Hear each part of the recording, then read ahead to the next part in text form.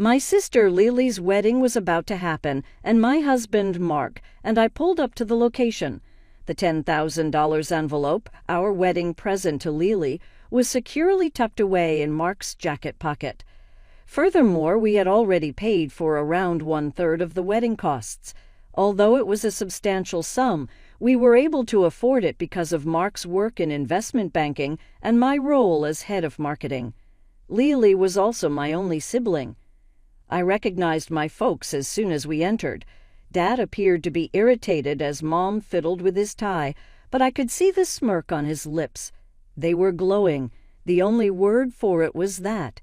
Dad seemed a decade younger, and Mom's face was nearly beaming with joy. In my stomach, something twisted. They seemed so joyful at my wedding 5 years ago that I couldn't recall it. Sure, they'd been kind enough, but not this way, not so full of pride and happiness. I dismissed the concept in a hurry. This was no time to bring up past emotions. The ceremony proceeded flawlessly.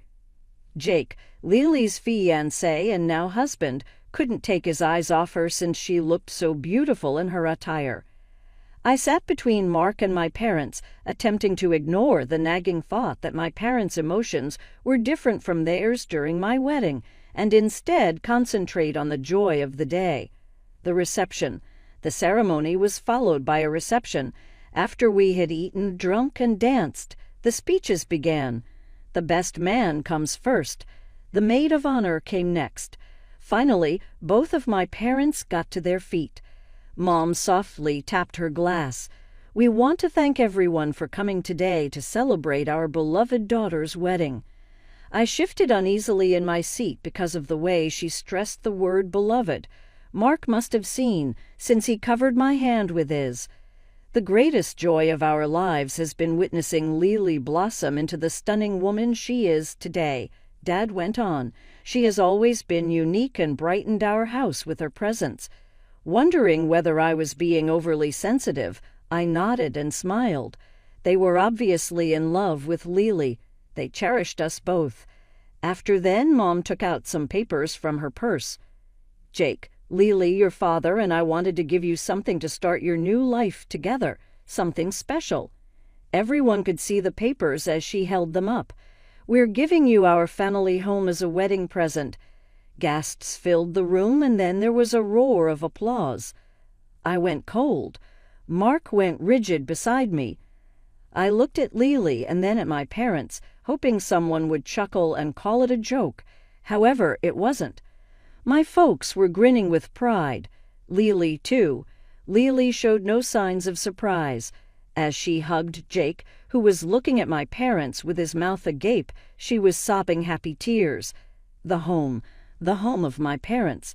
The house with the mortgage I'd been paying for the last 5 years because my parents couldn't afford it anymore after Dad's hours got cut and Mom's arthritis made it hard for her to work full-time. I managed to plaster a smile on my face, but inside I was screaming. Not once had they mentioned giving the house to Lily. They hadn't even asked me. And I was the one paying for it. "Tessa, you okay?" Mark whispered. "Fine," I said through my teeth, still smiling as Lily and Jake made their way to the front to hug my parents. The breaking point. An hour later, I couldn't take it anymore. I found Mark by the bar. "Can we leave?" I asked quietly. He took one look at my face and nodded. "I'll get our coats."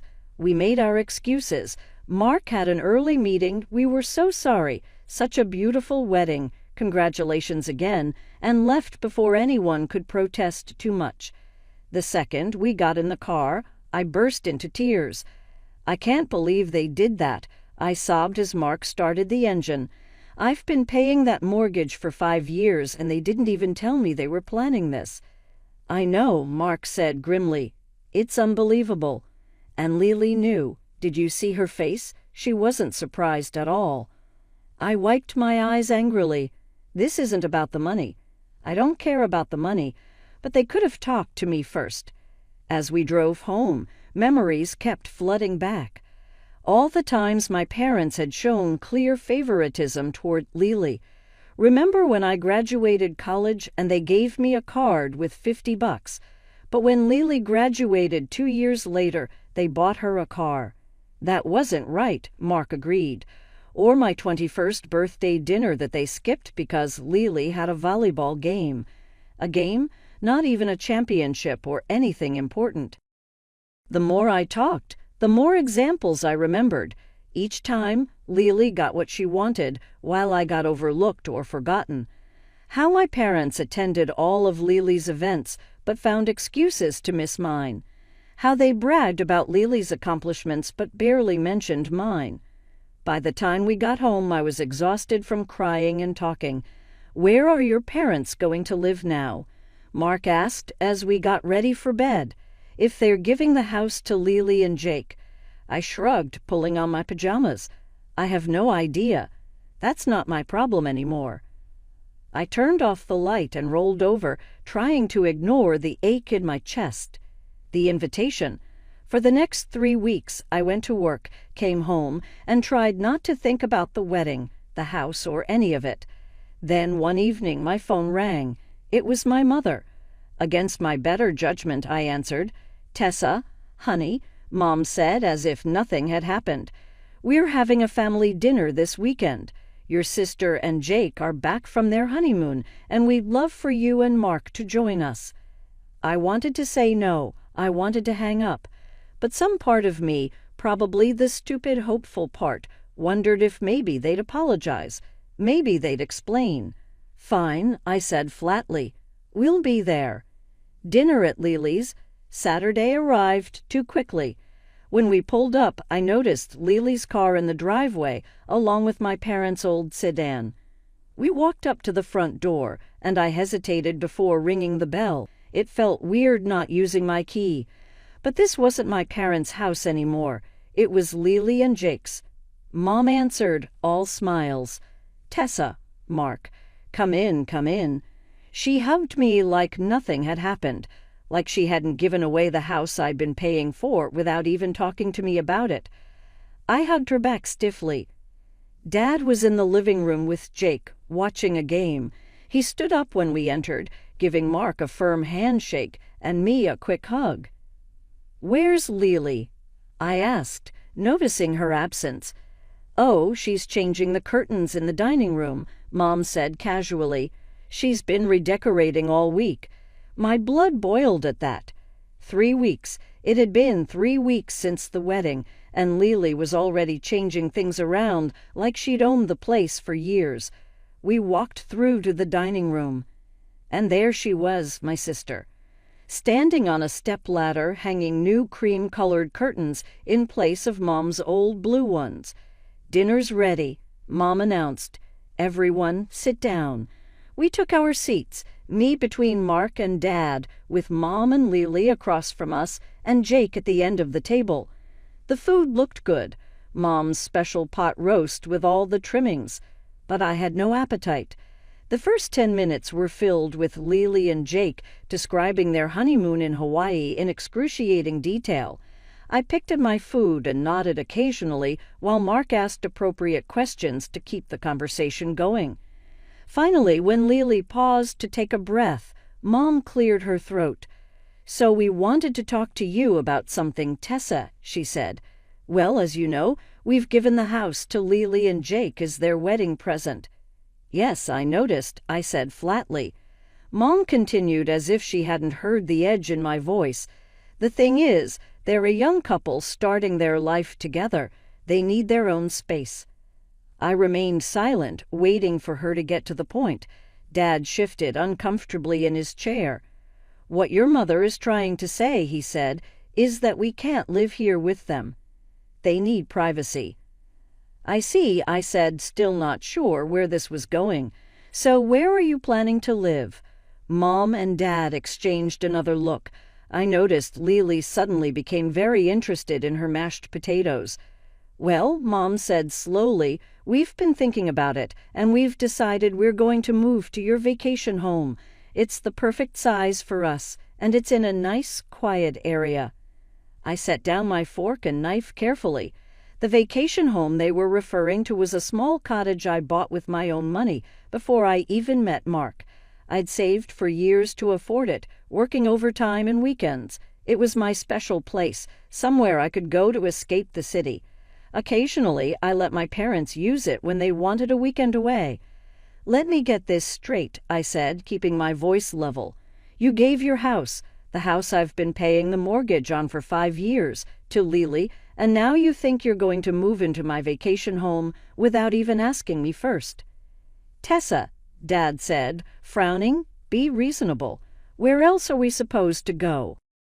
"That's not my problem," I said. "You had a house. You gave it away without consulting me, even though I've been paying for it, and now you expect me to just hand over my vacation home to you." "It's not like you use it that much," Lily chimed in. I turned to her, unable to hide my anger now. "Are you serious right now? It's my property. I bought it with my money. I get to decide who uses it and when." Mom's face had gone pale. "You can't mean you're not saying no, are you?" "That's exactly what I'm saying," I replied. "No, you are not moving into my vacation home. Not now, not ever." The table fell silent. Then Mom's face crumpled. "How can you do this to us?" she cried. "After everything we've done for you, we're your parents." "Yes," I said, "and as my parents, you might have thought to discuss this with me before giving away a house I was paying for and deciding to take over my property." "You don't have the right to refuse us," Mom said, her voice rising. "We have nowhere else to go now." "You actually have your house," I pointed out. "The one I've been paying the mortgage on for 5 years, but you gave it to Lily, so now it's your problem to figure out where to live." Lily slammed her hand on the table. "God, you're so cruel and greedy. You've always been jealous of me because Mom and Dad love me more. You've always been envious of our relationship." I stared at her, stunned by her outburst. Then I turned to her, suddenly calm. "If Mom and Dad love you so much and you love them so much, then why don't you let them live here with you? This is a 4-bedroom house. Plenty of room." Lily's mouth snapped shut. She looked away, suddenly finding her plate fascinating again. That's not the point," she mumbled. "Jake and I need our privacy." "And I need my vacation home," I countered. "Sounds like we both have needs." My parents started talking over each other, telling me how wrong I was, how disappointing, how selfish. I stopped listening. I stood up and picked up my purse. "Mark, I think we're done here." The next day, my phone exploded with messages and calls from my parents and Lily. I ignored them all. Some called me selfish, some begged me to reconsider, some tried to guilt-trip me with reminders of everything they'd supposedly done for me over the years. I showed some of the messages to Mark, who shook his head in disbelief. "I think I need to block them for a while. I can't keep reading these." "Do what you need to do," Mark said, kissing the top of my head. "Take care of yourself first." So I did. I blocked their numbers and social media accounts, at least temporarily. I needed space to think, to process everything that had happened. 2 weeks passed in blissful silence. No calls, no texts, no family drama. Mark and I fell back into our normal routine. Work, home, occasional dinners with friends who didn't try to steal my property. It was nice. I was at my desk, reviewing a marketing campaign, when my phone buzzed with an alert. I glanced down and felt my stomach drop. It was a notification from the security system at my vacation home. Motion detected. Front door opened. I quickly checked the app. Someone had used a key to unlock the front door, but hadn't disabled the alarm system. The security company would be calling me any second to verify if this was an authorized entry. Sure enough, my phone rang almost immediately. "Miss Wilson, this is Safeguard Security. We've detected entry at your property on Pine Ridge Road. Is this authorized?" "No," I said firmly. "I'm not there and no one has permission to be there. Please send the police immediately." An hour later, my phone rang again. It was an officer from the local police department. "Miss Wilson, this is Officer Reyes. We're at your property on Pine Ridge Road. We have two individuals here who claim to be your parents. They have keys to the property but admitted they don't have permission to be here." I closed my eyes, confirming my suspicions. Yes, they are my parents, but they absolutely do not have permission to be in my house. "I understand. How would you like us to proceed? We can remove them from the property, but since they used a key rather than forced entry, it's a bit of a gray area for charges."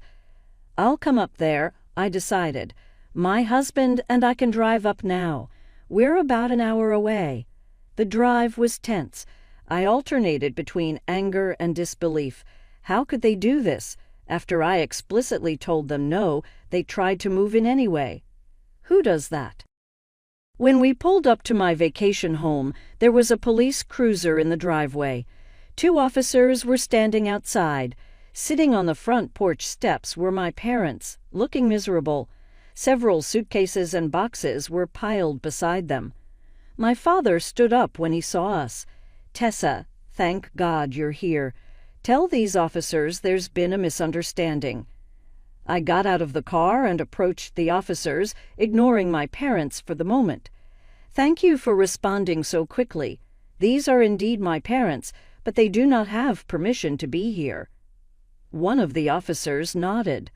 "Ma'am, do you want to press charges for trespassing?" My mother gasped. "Tessa, you wouldn't." I turned to look at her. "You broke into my house after I specifically told you no. What did you think would happen?" "We didn't break in," my father protested. "We used the key you gave us." "This is all your fault," my mother suddenly shouted, standing up. "If you had just let us stay here like we planned, none of this would have happened. We wouldn't be standing here being treated like criminals." I stared at her, shocked by the outburst. "My fault. You gave away a house I was paying the mortgage on without consulting me, then tried to take over my property without permission, and somehow this is my fault." "You're so arrogant," Mom continued, ignoring my point. "So irresponsible. We raised you better than this. We gave you everything." "Mom, stop," I said, my voice low. "You're embarrassing yourself. You and Dad just tried to break into my house to move in after I explicitly told you no, and now you're standing here in front of police officers yelling at me about how I'm being irresponsible." That seemed to get through to her. She abruptly closed her mouth, but her eyes were still full of indignation. I turned back to the officers. "I'd like a word in private, please." We stepped away from my parents and Mark. "I don't want to press charges against them," I said quietly. "They're still my parents, even if they're being absolutely ridiculous right now. But I can't have them staying here either." The officer nodded. "We understand. Family situations can be complicated. We can take them to the station for a few hours, give them a stern warning about trespassing, then release them.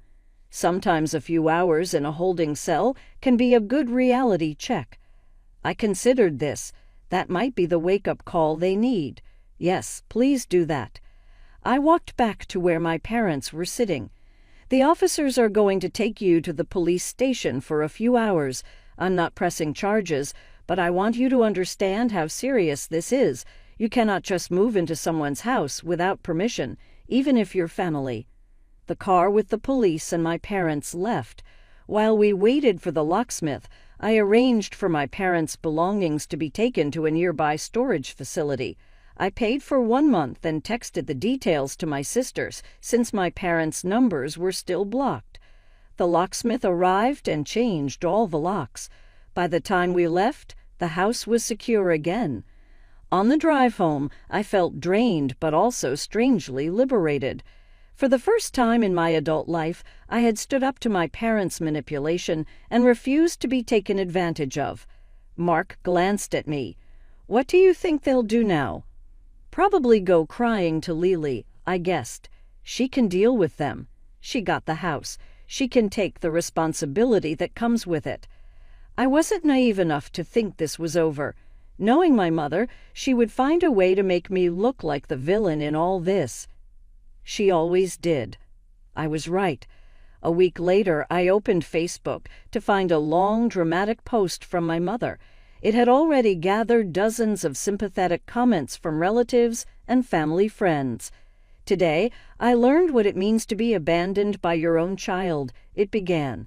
My husband and I, in our golden years, have been cast out like unwanted pets. Our eldest daughter, Tessa, had the police remove us from her vacation home like common criminals, leaving us with nowhere to go. The post went on, conveniently leaving out the fact that they had given their house to Lily, that I had been paying their mortgage for years, and that they had tried to move into my vacation home against my explicit refusal. As I scrolled through the comments, people calling me heartless, cruel, ungrateful, something inside me snapped. I started typing my own post in response. It was time for everyone to hear the whole truth. I stayed silent about family matters until now, but since my mother has chosen to make our private issues public, I feel I need to share my side of the story. Here are the facts that were conveniently left out of my mother's post. For the past 5 years, I had been paying the mortgage on my parents' house because they couldn't afford it due to health issues and reduced work hours. I did this willingly because they were my family and they needed help. 3 weeks ago, at my sister Lily's wedding, which I also helped pay for, my parents announced they were giving their house, the one I had been paying for, to my sister as a wedding gift. They did this without consulting me or even giving me a heads up. When I finally spoke to them after the wedding, they informed me that they had planned to move into my vacation home, again without asking me first. They had apparently worked this all out with my sister before her wedding. She would get their house, and they would take my vacation property. When I refused to let them move into my vacation home, they attempted to move in anyway.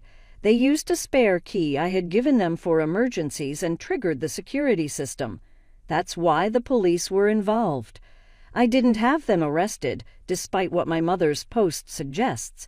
I did have the police remove them from my property because they were trespassing. I then paid for a storage unit for their belongings. If my parents needed a place to stay, perhaps they should ask my sister, who now owns a 4-bedroom house. Thanks to them and me, since I paid for it. I added a final paragraph. I've always done my best to help my family, but I won't be taken advantage of or painted as a villain for refusing to give up my property after already paying for theirs.